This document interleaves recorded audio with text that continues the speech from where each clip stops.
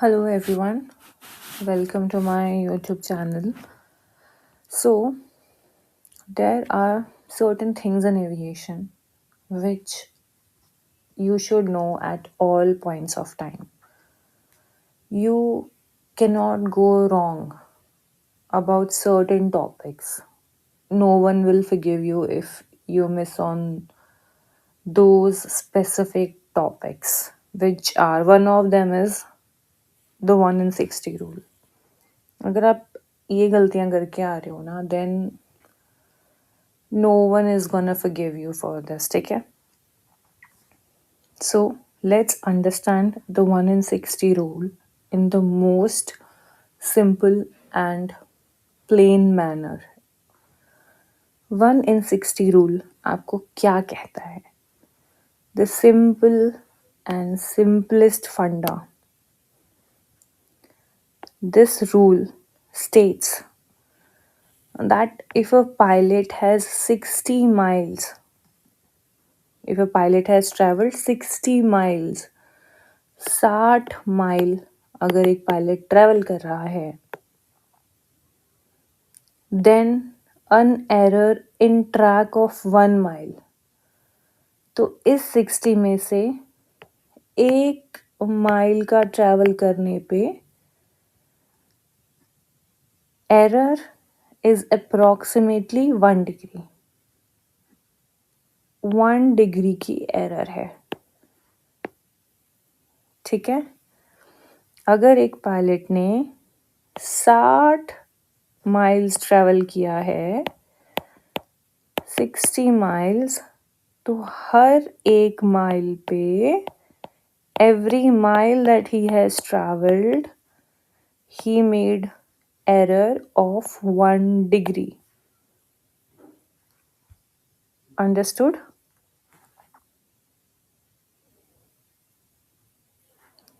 Now इस rule का application हम 2 तरीके से करते हैं, ठीक है?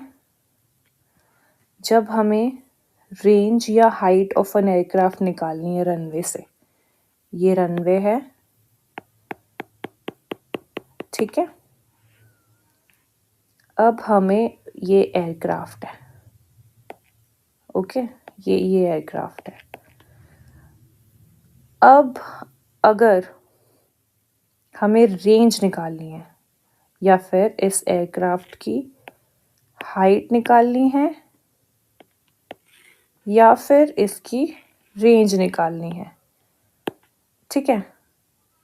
या फिर रेट ऑफ डिसेंट पता करना है, तो ये 2 तरीके में हम डेली 1 in 60 रूल यूज करते हैं। ये 2 एप्लीकेशन तो it should be on your fingertips to calculate range or height of an aircraft from a runway or to calculate rate of descent of an aircraft. Now, again, let's just see and understand this with the most simple examples. Okay?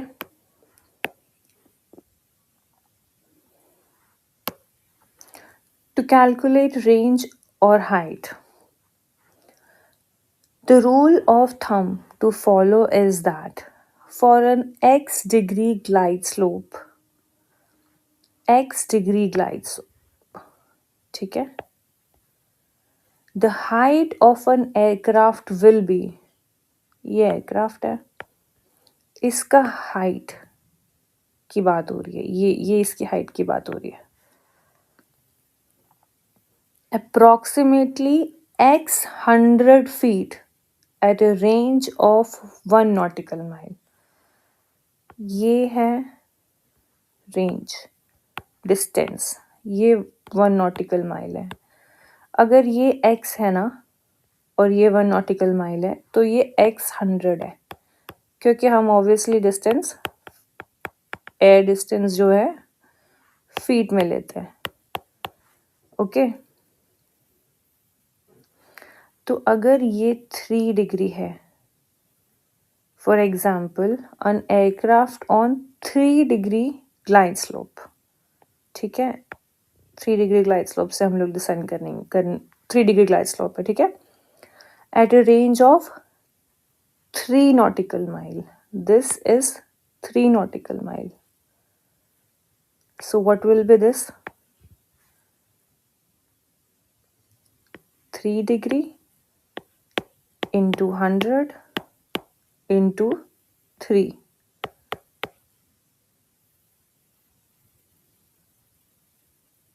3 threes are 900. Correct?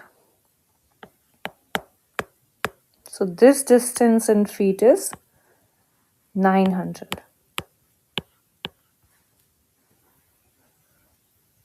अब इसे ही just to check your concept and to confuse a little bit, जो numbers होंगे ये 3 की जगह यहाँ पे 35 कर देंगे, 45 कर देंगे, ये इसकी जगह पे कुछ confusing सा नंबर दे देंगे।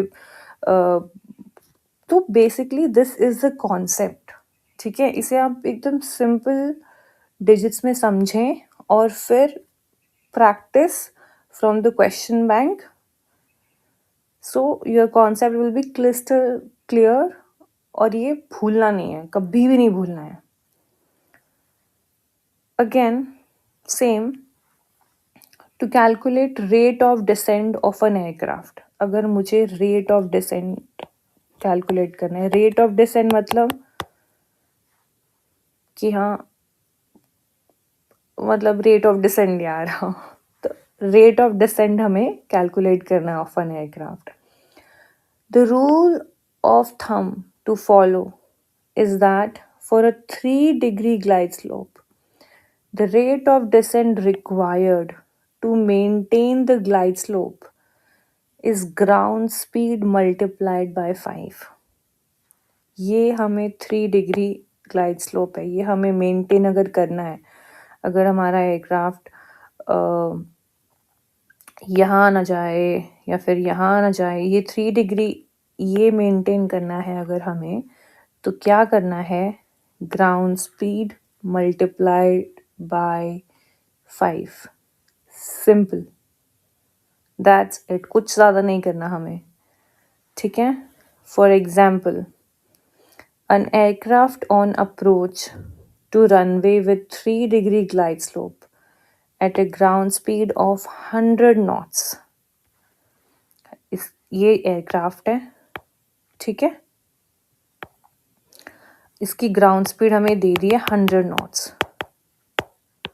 अब हमें रेट ऑफ डिसेंट पूछा है, कुछ नहीं करना, 500 फीट पर मिनट होना चाहिए आपका रेट ऑफ डिसेंट। मेरे अटेम्प्ट में ये क्वेश्चन आया था, इसके ऊपर एक क्वेश्चन आया था रेट ऑफ डिसेंट कैलकुलेट करने के लिए, पर रेस्ट एश्योर्ड कहीं ना कहीं आपसे फॉर श्योर पूछा जाएगा। रिटन एग्ज़ाम में आया नहीं आया तो पीआई में तो ज़रूर पूछेंगे, हो सकता है रेट ऑफ डिसेंट जीडी के टाइम पे पूछ ले, या फिर चलते फिरते कहीं ना कहीं, तो this knowledge will for sure come handy. Also one trick which may sound funny, but I think it helped me for my googly questions which do come in written exam. So the trick is, ये Indigo question bank है, उसको download कर लेना, ठीक है, and 1 or 2 days prior क्या करना है, जो भी आपके जो वीक टॉपिक्स होंगे जो आपको पता है, जैसे मैंने रेग्स के लिए एकदम एंड में प्रिपेयर किया था, ठीक है, जस्ट एक दिन पहले मैंने रेग्स पढ़ा था, बाकी I was focusing on navigation and technical. So इसमें आपको मेट और रेग्स के जो गूगली क्वेश्चंस आएंगे, स्पेशली जो इसमें आता है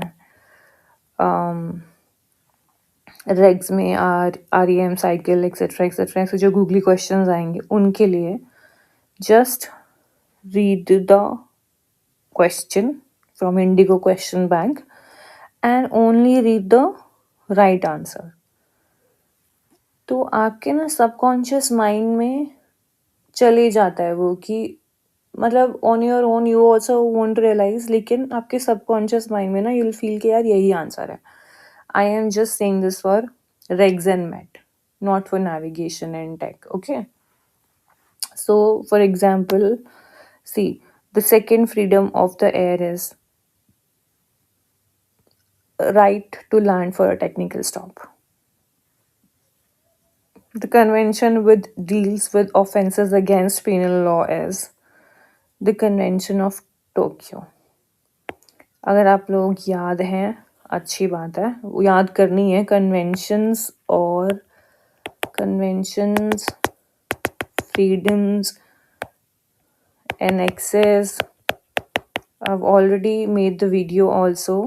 Aircraft Rule 1937, registration, and I'll give you a Rex ka question bank separate.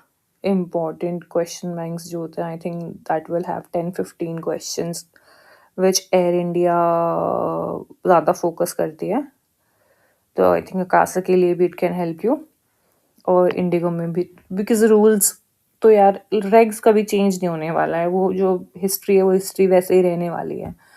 Alright, so all the best and don't forget to like, share and subscribe. Take care.